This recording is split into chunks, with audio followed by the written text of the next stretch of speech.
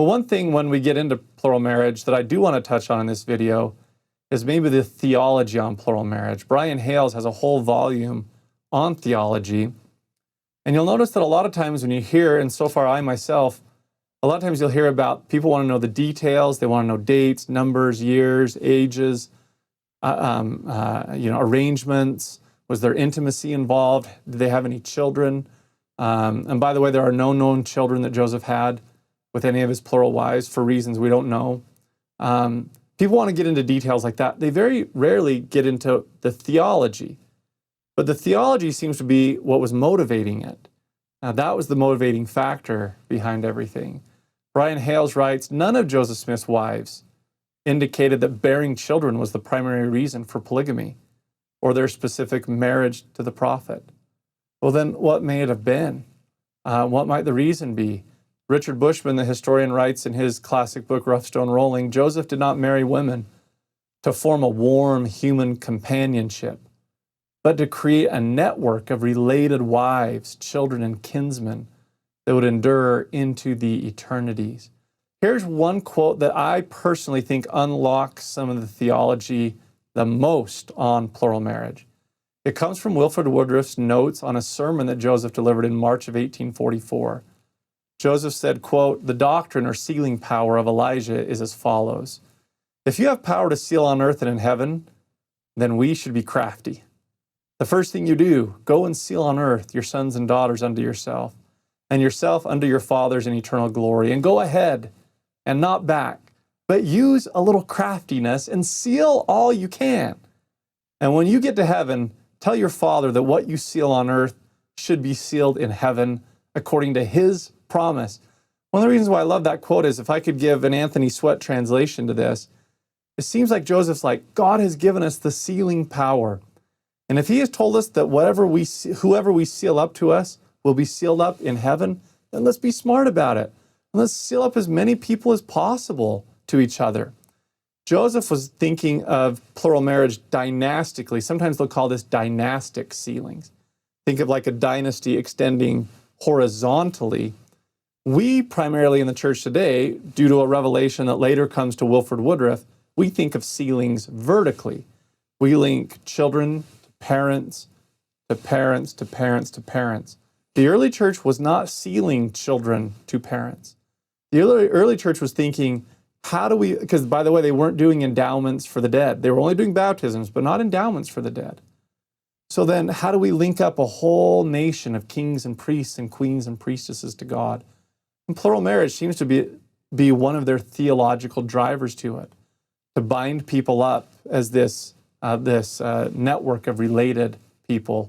And Joseph, in essence, would say, God, you've told me that you'll save and exalt me and my family. Meet my family. That seems to be what Joseph's saying. Look at everybody who's sealed up to me. That's one potential understanding of it. That's why, by the way, I mentioned Joseph's marriage to Helen Mar Kimball, that his youngest plural wife, who was 14 years old when she was sealed to Joseph.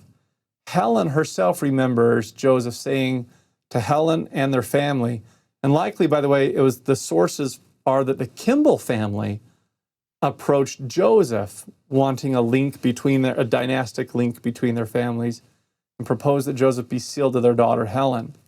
Helen remembers Joseph saying, quote, "If you'll take this step, it will ensure your eternal salvation and exaltation and that of your father's household and all your kindred. This promise was so great that I willingly gave myself to purchase so glorious a reward."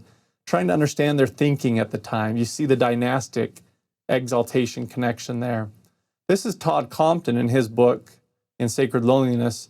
He says, critics have made great mileage out of Joseph Smith's marriage to his youngest wife, Helen Mar Kimball. However, they failed to mention that I wrote, this is him commenting about his book, that I wrote that there is absolutely no evidence that there was any sexuality in the marriage. And I suggest that following later practice in Utah, there may have been no sexuality. All the evidence points to this marriage as a primarily dynastic marriage. That's from Todd Compton. As I conclude this video, trying to give a basis of the theology and some of the practice of Joseph Smith's revelation on plural marriage and how it developed in Nauvoo, I want to just conclude by saying that the church has been very clear that monogamy is God's standard. and that polygamy is an exception to that. The church calls it a standing law of marriage, is one man to one woman. The new heading of Official Declaration 1 that ended plural marriage in the church says that the Bible and the Book of Mormon teach that monogamy is God's standard for marriage, unless he declares otherwise. And so, although plural marriage, maybe as I conclude one application, although monogamy is God's standard for marriage and polygamy may never be required for any of us, one thing that will be required that I think a good takeaway is all of us need to learn the great principles of obedience, sacrifice, and consecration. The three great holy laws as taught in the Holy Temple, those three great covenants. Although plural marriage is not necessary for exaltation, definitely living the law of obedience, the law of sacrifice, and the law of consecration are. Abraham chapter 3, verse 25 says that one of the things God's going to prove you and I to do is to see if we're willing to do all things that he commands us in our time.